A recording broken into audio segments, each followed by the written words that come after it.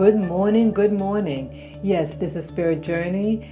Today is Saturday and it's July 29, 2017 and it's now 9:41. I'm watching a video on the researcher Erich Von Daniken. Wow, it's really coming more clear to me, more and more clear regarding this so-called history of mankind. And I agree with Mr. Van Daniken that the extraterrestrial history of mankind. So he's showing right now in this video this sarcophagus. It is humongous, humongous. And this thing, Van Daniken, is about 6 feet, and he's pictured next to this sarcophagus made out of stone, a real hard stone. I think it's made out of granite.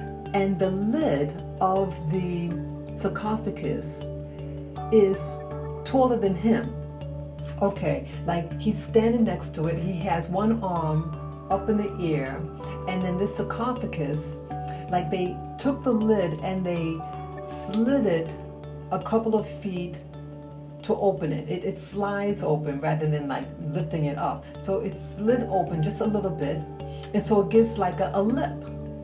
And you can climb, you could walk underneath the lip of where the lid overhangs the box portion of the sarcophagus.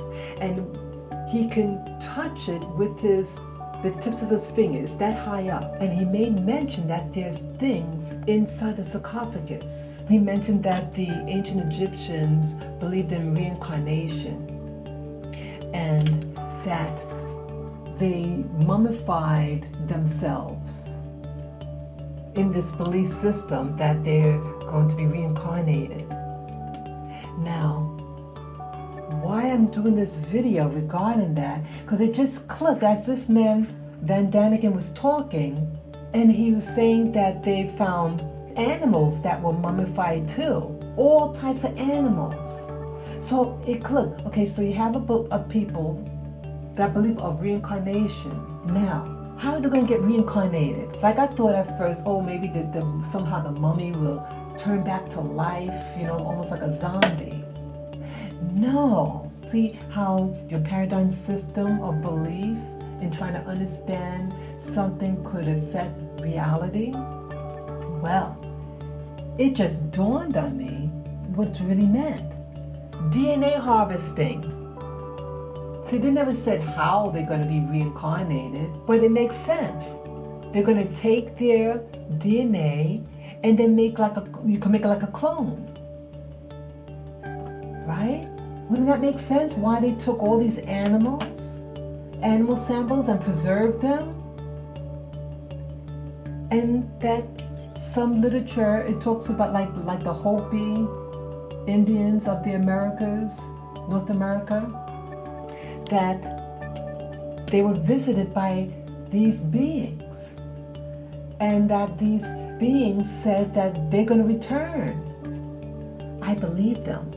Even Jesus said he's going to return, right? So I'm thinking that what's happening on this planet, this is like a harvesting place, harvesting of DNA, and other researchers kind of came to, they come to the same type of conclusion, that this is a planet where it's most diverse of genetic material. Look at those, what they call cattle mutilations. And someone's corrected and said, no, it's not cattle mutilations. It's genetic harvesting. They're very specific about what they take out from the animal. It's their sex organs. And other parts too, which doesn't make sense to me, but they're getting DNA material. So, and also I'm looking at human history. Now, the artifacts is clearly showing there was a civilization, an advanced civilization of technologies. I think what happened in these worlds, this planet, that you had a very ancient society. You can see their ruins, like in, Central America, they have, what do you call it? It was either Central or South America.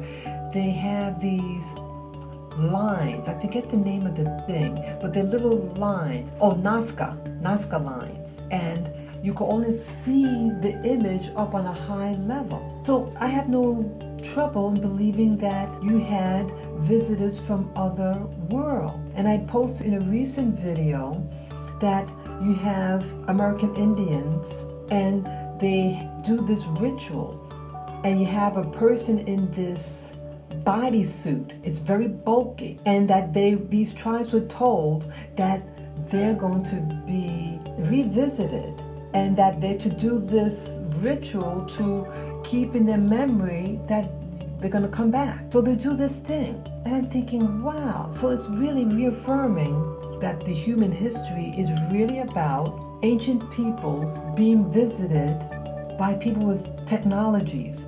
Even more so, I believe that the human race was seeded by different groups of people. I think the newest group is what we call the European or the white race. But you had other races too. And I think that there's wars between the different ethnic groups from outer space, and that they mixed with the humans, with the people already here. All of us genetically have a common ancestor, according to scientists. But I think it was reseeded with different people, different ethnic groups. You look in Africa, you have all different types of people in Africa, even amongst Africans, all different body types, features. Some are real tall and skinny.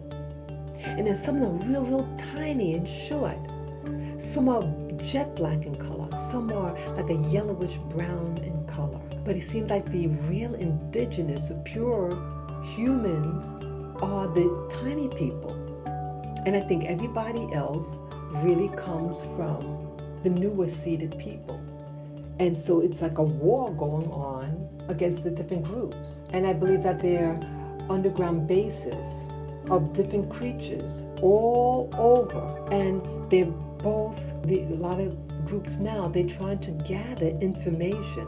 You have all these missing people all over the world, all over, missing peoples. Where are they going? I think they're being kidnapped and being used, being brought to somewhere else. Again, this planet seems to be like a zoo, like a science lab for these aliens. And they're being used, I think.